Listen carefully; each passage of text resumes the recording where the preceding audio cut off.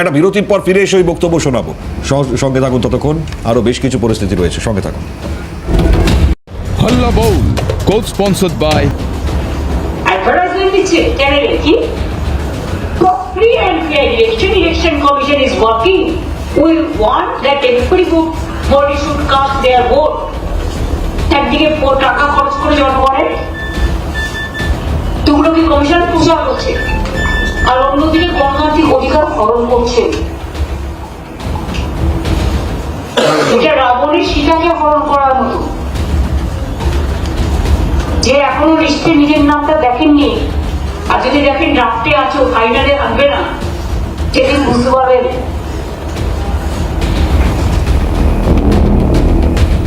মানে এটা ব্যবস্থা গ্রহণের পর এই মন্তব্য কিন্তু ফের আরো একবার মমতা বন্দ্যোপাধ্যায়ের মুখ থেকে আসলো। সুদীপের কাছে আসবো। সুদীপ, তাহলে পরে সত্যি মানে এরকম পরিসরের দিকে এগোচ্ছি আমরা, ওয়ান নেশন ওয়ান পার্টি এটাই থাকবে আগামীতে? তাও দেখুন, এটা তো ঘটনা যে আমি তো প্রথমেই বললাম যে সাধারণ মানুষকে যেভাবে হ্যারাস করা হয়েছে, সাধারণ মানুষ যেভাবে তাদেরকে নাজেহাল করা হয়েছে, আজকে এই কাগজটা বৈধ, কালকে সেই কাগজটা বৈধ নয়। একটা মানুষকে যতবার করে লাইনে দাঁড় করানো হয়েছে, মানুষ তো জবাব দেবেই। আমরা গণতান্ত্রিক পদ্ধতির ওপরে ভরসা রাখছি, আমরা নির্বাচনী প্রক্রিয়ার উপরে ভরসা রাখছি, কিন্তু আমরা কখনো এরকম দেখিনি এই গণতন্ত্রের হত্যা এবং স্বশাসিত সংস্থা। কংগ্রেসের প্রতিনিধি বলছিলেন নির্বাচন কমিশন আজকের দিনে দাঁড়িয়ে স্বশাসিত সংস্থা নয়, এটা বিজেপি শাসিত সংস্থা হয়ে গেছে। বিজেপি যা বলছে তাই করছে, বিজেপি যেভাবে চালাচ্ছে সেভাবে চলছে। বিজেপি যদি বলে এত লোকের নাম বাদ দিতে হবে, তাই করছে। সুতরাং এইটার জন্য আমরা বিরোধ করছি। আমরা এসআইআর এর বিরুদ্ধে কেউ নই, আমরা যে পদ্ধতিতে যদি এসআইআর এর বিরুদ্ধে না হয় তাহলে এইটাই প্রশ্ন তারা তুলছেন, এই যে যাদেরকে সাসপেন্ড করা হলো তাদেরকে এইটা বলা হচ্ছে প্রমোশনের জায়গা। আবার এটাও বলছেন আজকেও আমরা স্ক্রুটিনি পর্যায়ে দেখলাম করা হয়েছে নির্বাচন কমিশন, আরও 3 জন মাইক্রো অবজারভার তাদেরকে সাসপেন্ড করতে হয়েছে। এখন কমিশন করছে এই সাসপেনশনগুলো, যেগুলো রাজ্যের কাছে ক্ষমতা রয়েছে সেগুলো করছে না। নির্বাচন এলেই ওরা এসে সব বদল করে দেয়, এসপিদের চেঞ্জ করে দেয়, থানার ওসি পর্যন্ত চেঞ্জ করে দেয়, ইচ্ছে মতো করে। তাতে কি হয়েছে? আজ পর্যন্ত তৃণমূল কংগ্রেসকে হারানো গেছে? তৃণমূল কংগ্রেসকে সরিয়ে দেওয়া গেছে? আজকে মমতা বন্দ্যোপাধ্যায় খুব স্পষ্টভাবে বলেছেন যে তারা নির্বাচনের কাজে থাকবেন না, এফআইআর পর্যন্ত হয়েছে। কিন্তু এটার সাথে তো এটা জাস্টিফিকেশনের জায়গায় যায় না, মানে যারা ইয়ারোরা ভুল কাগজপত্র তুলবেন যেটা নেই। জাস্টিফিকেশন দিচ্ছি আমি বলছি, প্রশ্ন রাখছি, কারণ দেয়ার ইজ নো গিল্ট। ওখানে কোনো অপরাধী নেই, কাদের অপরাধীদেরকে আবার কি জাস্টিফিকেশন দেবো? সবচেয়ে বড় অপরাধী তো নির্বাচন কমিশনার, যার জন্য 150-র বেশি লোকের প্রাণ চলে গেছে। যারা ওই নথিগুলো জমা নিলে যে সমস্ত ইয়ারোরা তাদের বিরুদ্ধে কথা বললে পরে তাহলে পরে কি প্রশ্ন উঠবে? দেখুন, ওরা তো একটা যে শাসন চালাচ্ছে, ওরা যেভাবে নির্বাচন কমিশনকে ব্যবহার করছে, সেটা আমরা তো প্রথম থেকে বলছি যে ওরা সাসপেন্ড করুক, যাই করুক, যারা গভর্নমেন্টের অফিসার এবং যারা নির্বাচনে, আপনি বলুন তো কতজন বিএলও, যারা এমনকি যারা বি গ্রেডেড অফিসার গভর্নমেন্টের, তারা পর্যন্ত কিভাবে দিনরাত কাজ করেছেন। আপনি তো তাদেরকে হিউমিলিয়েট করতে পারেন না। সরকারি কর্মচারী দেখলেই আপনার ইচ্ছে করছে সাসপেন্ড করতে, আর আপনি তো মাইক্রো অবজারভার নিয়ে এসেছিলেন কোথার থেকে? উত্তরপ্রদেশ থেকে, গুজরাট থেকে। সেগুলো সুপ্রিম কোর্টে ধাক্কা খেয়েছে, সেই জন্য আপনি এরকম প্রতিহিংসামূলক আচরণ করছেন। প্রতিহিংসামূলক আচরণ, অরিজিৎ দা থেকে উত্তর নেই, মানে তাই জন্যই তাহলে প্রতিহিংসামূলক আচরণ অরিজিৎ দা? দেখুন, আমরা বেসিক্যালি ইলেকশন কমিশনের কাছ থেকে আমাদের এক্সপেকটেশন আরও হাই। আমরা ভারতীয় জনতা পার্টি হিসাবে এই পারফরমেন্স আমরা স্যাটিসফাইড নই। কোন দিক থেকে বলছি? যে আমরা এরপরে ইমিডিয়েটলি চাই ইলেকশনের কাজ চলাকালীন, এসআইআর ইলেকশনের কাজের একটা অংশ, তাই আমি বলছি ইলেকশনের কাজ চলাকালীন একজন রানিং বিধায়ক মনিরুল ইসলাম, আমার যদ্দূর নামটা মনে পড়ছে, ফারাক্কার এমএলএ, সে গিয়ে ইলেকশনের কাজ করছে, যে বিডিও তাকে শুধু ফিজিক্যালি মানে শারীরিকভাবে নিগ্রহই করা নয়, সেখানে অফিসের তাণ্ডব করলো। আমরা দাবি রাখছি ইলেকশন কমিশনের কাছে ইমিডিয়েট তার বিরুদ্ধে এফআইআর নেওয়ার বন্দোবস্ত করা হোক। আমরা দাবি রাখছি এই ইলেকশন কমিশনের কাজ চলাকালীন দক্ষিণ দিনাজপুরের কুমারগঞ্জে, আমি জানি না ইলেকশন কমিশনারের দিব্যেন্দু গড়াইয়ের নামটা মনে আছে কি না, election commission appointed micro observer, যাকে চেয়ারে বসিয়ে ওই তৃণমূলের লুঙ্গি বাহিনী পিছন থেকে গালে একটা করে চড় মারছে আর বলছে লেখ, ইয়েস ইয়েস লেখ। আমরা ওই যে লুঙ্গি বাহিনীর প্রতিটা লোকের ফেস আইডেন্টিফাই করে তাদের এগেনস্টে এফআইআর চাই। আমরা 16ই জানুয়ারি উত্তর দিনাজপুরের চাকুলিয়ায় গোয়ালপুকুর 2-এ এসডি অফিসে যে তাণ্ডব হয়েছিল তার প্রতিটি দুষ্কৃতির বিরুদ্ধে এক্সাম্পলারি পানিশমেন্ট আমাদের দাবি। সুতরাং দেখুন, যাদের বিরুদ্ধে আজকে ইলেকশন কমিশন পদক্ষেপ নিয়েছে, আমি আবারও বলছি, তারা অ্যাডমিট করেছে যে তারা অন্যায় করেছে।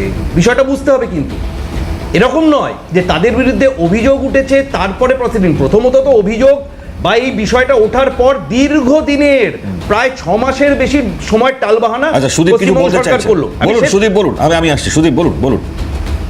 আজকে তো বিজেপির প্রতিনিধির বক্তব্য থেকে পরিষ্কার হয়ে গেল যে বলছেন না লুঙ্গি বাহিনী, তা আমরা তো এটাই বলছি যে আসলে এই এসআইআর, আসলে এই এনআরসি, আসলে এই সিএ, এগুলো সবই সাম্প্রদায়িক উস্কানিকে সামনে রেখে অসাম্প্রদায়িক চিন্তা ভাবনা থেকে আমরা এই সাম্প্রদায়িক এখন ভাই জয় বাংলা বলে যদি লুঙ্গি পরে লোক গিয়ে বিডিও অফিস ভাঙচুর করে, আসানসোলে গিয়ে বিজেপির জেলা সভাপতির গাড়িতে সামনে পুলিশকে দাঁড় করিয়ে পাথর মারে, তাকে লুঙ্গি বাহিনী না বলে পাজামা বাহিনী তো বলতে পারছি না ভাই। সুতরাং আমি তাকে তো বলতে পারছি না পাজামা বাহিনী, তারা লুঙ্গি পরেই গিয়ে করেছিল, তাই বললাম লুঙ্গি বাহিনী।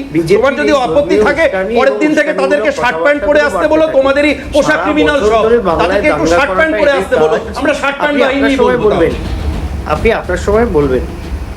আমি আপনাদের দলের অনেক নেতারা মাথায় গেরুয়া ফেট্টি বেঁধে যেটা করেন, আমি তার মানে যারা গেরুয়া পড়েন তাদের তো অসম্মান করতে পারি না, রাইট? এটুকু সহবত বোধহয় আপনাদের, আপনি অ্যাটলিস্ট বাংলার লোক। না না, সহবত তো তোমাদের কাছ থেকে শিখতে হবে। যারা ফর্ম 7 হাত থেকে ছিনিয়ে নিয়ে প্রকাশ্য রাস্তায় আগুন জ্বালিয়ে দেয়, তারাই সহবতের লেকচার দেবে আর পশ্চিমবঙ্গের লোক বসে বসে শুনবে। এটা খুব ভালো বলেছো, খুব ভালো লেগেছে। তার নাম করে বলুন, দর্শকেরা এনজয় করছে।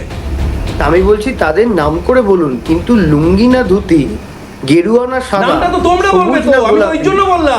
আমি ওপেনলি তোমাকে, আমি থ্যাংক ইউ সো মাচ, তোমাকে ধন্যবাদ দিচ্ছি যে এই যে নামের কথা তোলার জন্য। তুমি প্লিজ তোমার দলের লোকজন ওনাকে বলতে দিন, নামগুলো বলে শুনি, বলুন, দূরাভাস থেকে রয়েছে সুদীপ, সমস্যা হবে। বলুন সুদীপ, বলুন। আমি বললাম যে আমি বিষয়টা যেটা বললাম, কেউ অপরাধ যদি কোথাও করে থাকে আমরা সেগুলো কোথাও স্পেয়ার করিনি। পুলিশ ব্যবস্থা নিয়েছে এবং এত বড় একটা প্রক্রিয়া চলছে এত কম সময়ের মধ্যে। সাধারণ মানুষের যে ক্ষোভ, সাধারণ মানুষের যে বিক্ষোভ, সাধারণ মানুষ যেভাবে নাজেহাল হয়েছে, বাড়ির কেউ বাবাকে হারিয়েছেন, কেউ মাকে হারিয়েছেন, কেউ ভাইকে হারিয়েছেন, কোথাও যে কোনো অপ্রীতিকর ঘটনা নির্বাচন কমিশনের কারোর সাথে ঘটেনি, সেটার জন্য বাংলার পুলিশ প্রশাসন ছিল বলে ঘটেনি। আমরা কোথাও কোনো হিংসা হতে দিইনি। হ্যাঁ, তারপরেও যেগুলো স্পোরাডিক বিক্ষিপ্ত কিছু হয়েছে সেগুলোর বিরুদ্ধেও ব্যবস্থা নেওয়া হয়েছে এবং ভবিষ্যতেও হবে, নিশ্চিন্ত থাকুন। কিন্তু কোনো একটা কমিউনিটিকে আপনি হার্ট করবার জন্যে, আঘাত করবার জন্য আপনি একটা সংবাদ মাধ্যমে বসে একটি রাজনৈতিক, আসলে এটা ওনার মুখপাত্রের দোষ নয়, দিস ইজ দেয়ার কালচার, এটা বিজেপির সংস্কৃতি। কিন্তু সুপ্রিম কোর্ট হস্তক্ষেপ করার পর কিন্তু এই ধরনের আচরণগুলো বন্ধ হয়েছে বলে আমরা দেখতে পাচ্ছি। অনেকে, অরিজিৎ দা হাত তুলেছেন, বলুন। আমি আসছি সুদীপ, ছোট্ট করে সংক্ষেপে। প্রথমত বিষয়টা হচ্ছে যে আমি জানি না যে লুঙ্গির সাথে সুদীপ কোনো কমিউনিটিকে কিভাবে ম্যাপ করে ফেললো। আমি তো আমার বাড়ির লোককেও তো মানে বিভিন্ন সময় আমার বাড়ির পুরুষদেরও মাঝে মধ্যে লুঙ্গি পড়তেই দেখেছি। আমি জানি না এর মধ্যে কমিউনিটির কথাটা কোথা থেকে এলো।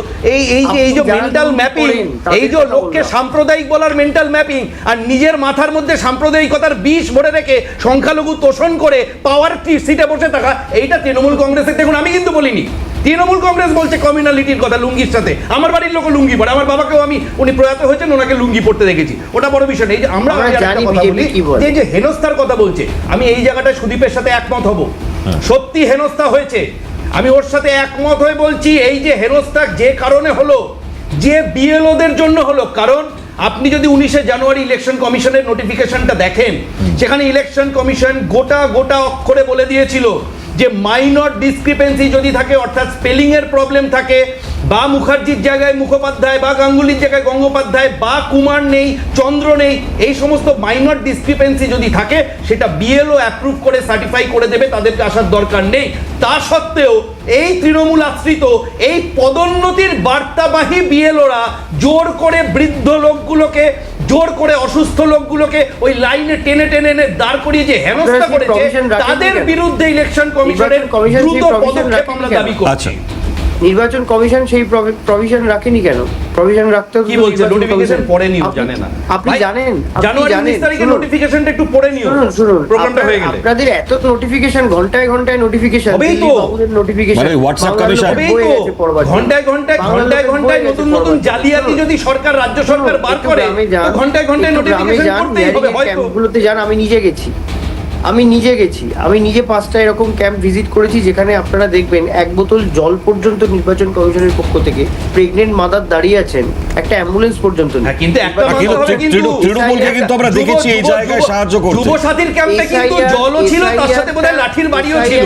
আমি জানি না জল ছিল কিনা, লাঠির বাড়ি ফ্রি ছিল যুব সাথী ক্যাম্পে। অদ্ভুত ব্যাপার দেখুন, আমি এখানে বসে নির্বাচন কমিশনের ফ্যালাসির কথা বলছি, বিজেপির তিরবির করে জ্বলছে। না জ্বলছে না তো, আমি তো যুব সাথী তৃণমূলের কথা বলছি, আমি তো ইলেকশন কমিশনের কাছে দাবি জানাচ্ছি। কমিশন স্টুডিও কিন্তু নির্বাচন কমিশনের কোনো প্রতিনিধি নেই, মানে বিজেপির প্রতিনিধি নির্বাচন কমিশনের প্রতিনিধি। না, অনেকে বলছেন ওই এসআইআর এ এত লাইন পড়েছে বলে অভিযোগ, কিন্তু এই মানে যুব সাথীতে এত লাইন পড়লো কোনো অভিযোগ নেই, কেউ কোনো অসুস্থ হলেন না, এটা অভিযোগ করেছিলেন। 4 জায়গায় পুলিশকে লাঠিচার্জ করতে হয়েছে। তার কারণ মানুষ যুব সাথীতে স্বতঃস্ফূর্ত ভাবে গেছে, এসআইআর এর লাইনে কে স্বতঃস্ফূর্ত ভাবে? তাহলে এটা মেনে নিচ্ছ যে পশ্চিমবঙ্গ আজকে বেকারে ভরে গেছে, তাই যুব সাথীর এত, তাই যুব সাথীর ডিফারেন্ট অ্যাসপেক্টস। ঠিক আছে, আমি জাস্ট 10 সেকেন্ড ওকে বলুন। একটা সরকার 2014 সালের পর থেকে, আমি একটু মনে করিয়ে দিচ্ছি, নোটবন্দির জন্য লাইনে দাঁড় করিয়েছেন, আধার কার্ডের জন্য লাইনে দাঁড় করিয়েছেন, আধারের সাথে ব্যাংকের লিংক করবার জন্য লাইনে দাঁড় করিয়েছেন, আধারের সাথে ফোন নাম্বার লিংক করবার জন্য লাইনে দাঁড় করিয়েছেন, আজকে এসআইআর এর জন্য লাইনে দাঁড় করিয়েছেন। একটা সরকার যদি আপনাকে 12 বছরে 14 বার লাইনে দাঁড় করায়, তা আপনি চাইবেন লাইনে গিয়ে দাঁড়াবার জন্য? কিন্তু এরই সঙ্গে মানে নির্বাচন যেহেতু আসন্ন, তার মধ্যে যেটা বলছিলাম যে এই দল বদল বা বিভিন্ন সময় এক দল থেকে অন্য দল বা নতুন মুখ কাউকে টানা, তার মধ্যে খুব গুরুত্ব রাখে 26 নির্বাচনের আগে আজকের এই ছবি, বাম ছেড়ে বিজেপিতে ক্ষিতিকোণ, মানে একজন গিয়েছেন তৃণমূলে, আরেকজন চলে আসলেন একেবারে বিজেপিতে। এই যোগদানটা কতটা ইঙ্গিতপূর্ণ? আরও একই সঙ্গে তৃণমূলের ড্রপ বক্স, সেটাও অবশ্যই তাৎপর্য রাখবে। আজকের আলোচনা অবশ্যই নিয়ে আসবো, সেখানে ভুরি ভুরি আবেদন কিন্তু জমা পড়ছে, যদিও বিজেপি আবার এটায় কটাক্ষ করছে। দিলীপ ঘোষের এই বক্তব্য আজকে আমরা পেয়েছি, বলছেন বিজেপির নেওয়া পদ্ধতিকে অনুসরণ করে তারা এগোচ্ছেন। আমরা এই দুটো বিষয়ের আলোচনাতে ডেফিনেটলি আসবার চেষ্টা করব। আমি ডেফিনেটলি এই জায়গায় আসি কারণ এই দল বদল বা দল বদলের যে ছবিটা, তার মধ্যে ক্ষিতি গোস্বামীর, প্রয়াত ক্ষিতি গোস্বামীর কন্যা, তার এই যোগদানটা কিন্তু খুব ইঙ্গিতপূর্ণ জায়গা। ঠিক এই প্রসঙ্গে কংগ্রেসের কাছে আসবো একটুখানি। অমিতাভ সিংহ রয়েছেন আমাদের সঙ্গে। অমিতাভদা, যদিও আপনারা এখন নেই মুহূর্তে দাঁড়িয়ে, একই সঙ্গে আলাদা আলাদা পথ চলবেন, কিন্তু তারপরেও বামেরা যে ধরে রাখতে পারলো না, এটা কতটা দুঃখের, মানে বামেদের কাছে অন্তত পক্ষে, কি মনে হয়? দেখুন, 2011 সালে যখনই সরকার বদল হয়েছে, তখন থেকে সিপিএম থেকে ঝাঁকে ঝাঁকে বিভিন্ন দলে চলে যাওয়ার একটা প্রতিযোগিতা আরম্ভ হয়েছে। অনেকে তৃণমূলে গেছেন, আব্দুল রজ্জাক মোল্লা থেকে আরম্ভ করে তাপস চট্টোপাধ্যায়, বিধায়ক, প্রচুর বিধায়ক গেছেন, এমপি রাধিকা রঞ্জন প্রামাণিকরা গেছেন। এটা নতুন কিছু না। তারা যারা ক্ষমতার সাথে থাকতে অভ্যস্ত, তারা ক্ষমতা বদল করবেই। আবার অনেকেই আছেন বিভিন্ন দল থেকে কংগ্রেসে এসেছেন, জানে যে ক্ষমতা পাবো না, কংগ্রেসে যাওয়া মানে ক্ষতি, তা সত্ত্বেও কংগ্রেসের আদর্শের সামনে যোগদান হয়েছে আজকে অনেকের দেখছি। হ্যাঁ, আসছেও, আচ্ছা, অনেকেই এসছে।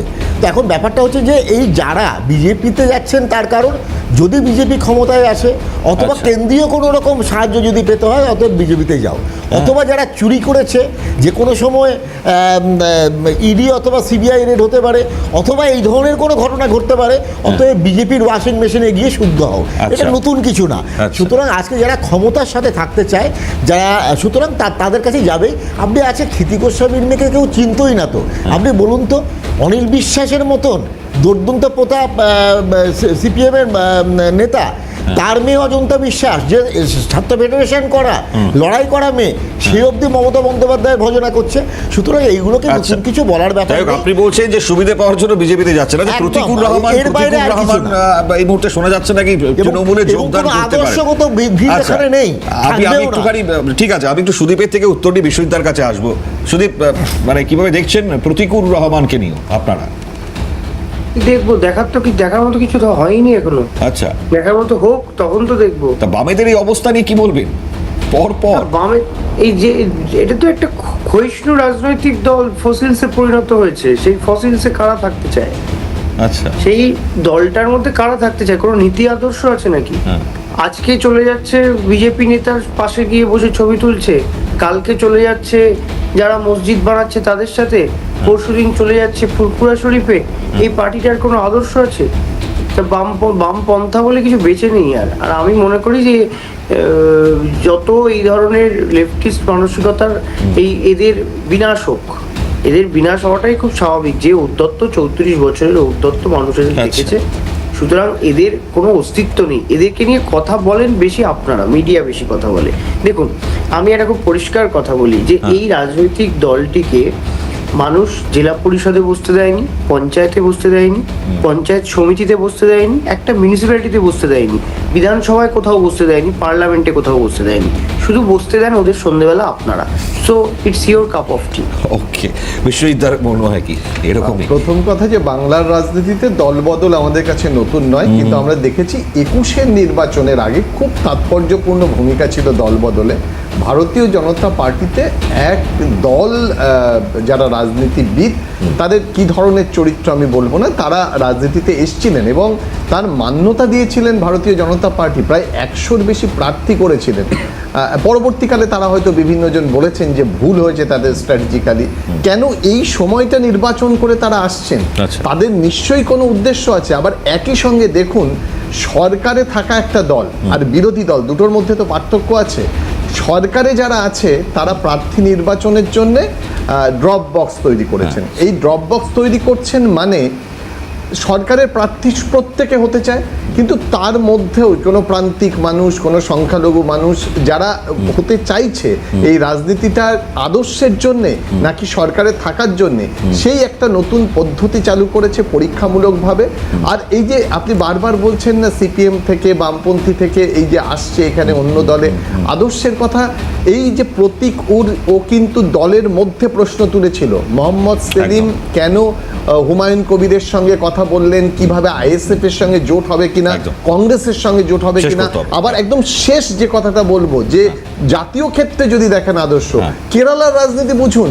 কেরালাতে এমনও শোনা যাচ্ছে যে অনেক ক্ষেত্রে বিজেপির সঙ্গেও বামেরা কোথাও কোথাও গিয়ে একটা সহমত অ্যালায়েন্স তৈরি করছে নির্বাচনের জন্য। সুতরাং এই আদর্শের জায়গা থেকে যারা তরুণ নেতা তারা সরে আসছে এখান থেকে। আর আদর্শের সঙ্গে ড্রপ বক্সের প্রয়োজনীয়তা কেন তৃণমূলের পড়লো, এটা নিয়েও প্রশ্ন তুলেছে বিজেপি। আমি অরিজিৎদার কাছে ঠিক এই জায়গাতে আসবো, কারণ বক্তব্য পেয়েছিলাম আমরা দিলীপ ঘোষের, তিনিও প্রশ্ন তুলেছেন এই জায়গায়। অরিজিৎদা, দেখুন, আমি প্রথমে একটা কথা বলি যে বিশ্বজিৎদা রাজনৈতিক বিশ্লেষক ঘোষিত স্ট্যান্ড নিয়ে বসেছেন, তো ব্যক্তিগত আক্রমণে আমি অবশ্যই যাব না, কিন্তু আমার কাছে এটা দুঃখজনক লাগলো যে আজকে উনি তৃণমূলের যে ড্রপ বক্সের মধ্যে একটা সোশ্যাল এক্সপেরিমেন্ট খুঁজে পেলেন, সেটা উনি 21-এর নির্বাচন বলুন বা 19 বলুন বা 24 বলুন, অর্থাৎ 19-এর লোকসভা, 21-এর বিধানসভা বা 24-এর আবার লোকসভা, সেই সময় ভারতীয় জনতা পার্টিতে তার মেন অফিসে যে একটা বড় জিনিস নিয়ে বসেছিল, সেটা আজকে পেলাম না আমরা, সেই ফ্লেভারটা আজকে পাইনি। হয়ে থাক যে ঠিক আছে, আপনি যদি বলে থাকেন ওয়েল অ্যাকসেপ্টেড, আমি ওই জন্যই আমি মেনশন করলাম, যদি বলে থাকেন ওয়েল অ্যাকসেপ্টেড, আমি সেটা নিয়ে বিতর্কে যাচ্ছি না। কিন্তু দেখুন, আপনি যে জয়নিং এর কথা যেটা মণিময়দা বলছেন, আমি কিন্তু এই যে আজকের যে জয়নিং, আমি এই জয়নিংটাকে কিন্তু রাজনৈতিক দৃষ্টিতে দেখতে চাইছি না। কেন চাইছি না? হতেই পারেন যিনি জয়েন করেছেন প্রয়াত পূর্তমন্ত্রী ছিলেন ক্ষিতি গোস্বামী, তার কনিষ্ঠ কন্যা, তার পাশে রিটায়ার্ড কর্নেল দীপাঞ্জন চক্রবর্তী বাবু জয়েন করেছেন। অর্থাৎ এই যে যারা আজকের দিনে ভারতীয় জনতা পার্টিতে জয়েন করছেন, একটা জিনিস আপনি দেখতে পাবেন যে তাদের পলিটিক্যাল ব্যাকগ্রাউন্ড থাকতেও পারে বা নাও থাকতে পারে, কিন্তু তারা আমাদের যে মাল্টিপল যে সোশ্যাল ডাইমেনশন রয়েছে তার বিভিন্ন অ্যাঙ্গেলকে তারা রিফ্লেক্ট করছে। অর্থাৎ আজকের দিনে এই যে জয়নিং এর যে ট্রেন্ডটা ভারতীয় জনতা, দেখুন কোনো বিশাল বড় নেতা খুব তামঝাম করে কিন্তু নয়, এই যে জয়নিংটা আমি বলবো, এই যে ক্ষিতি গোস্বামীর যে ছোট মেয়ে জয়েন করেছেন, এটা শুধু তিনি নয়, এটা যুব সমাজের, পলিটিক্যাল মনস্ক যুব সমাজের, শিক্ষিত যুব সমাজের ফার্স্ট এটাও বলছিলেন ভারতীয় জনতা পার্টির প্রতি যে ইনক্লাইনেশন, সেটাকেই পোর্ট্রে করে। সুদীপ, একদম 30 সেকেন্ডস, ড্রপ বক্সের কেন প্রয়োজন পড়লো তৃণমূলের? একদম 30 সেকেন্ডস। দেখুন, আমরা তো পঞ্চায়েত নির্বাচনের আগেও অভিষেক বন্দ্যোপাধ্যায় নবজোয়ার করেছিলেন এবং সাধারণ মানুষ তাদের সাজেশন অনুযায়ী, আমি নিজে পঞ্চায়েতে ক্যাম্পেনার হিসেবে দেখেছি যে হয়তো রাস্তায় বসে কেউ সবজি বিক্রি করেন, তিনি আমাদের পঞ্চায়েত, জেলা পরিষদ, পঞ্চায়েত সমিতির প্রার্থী হয়েছেন। সুতরাং আমরা সবসময় চেয়েছি মানুষের সাজেশনটা নিতে।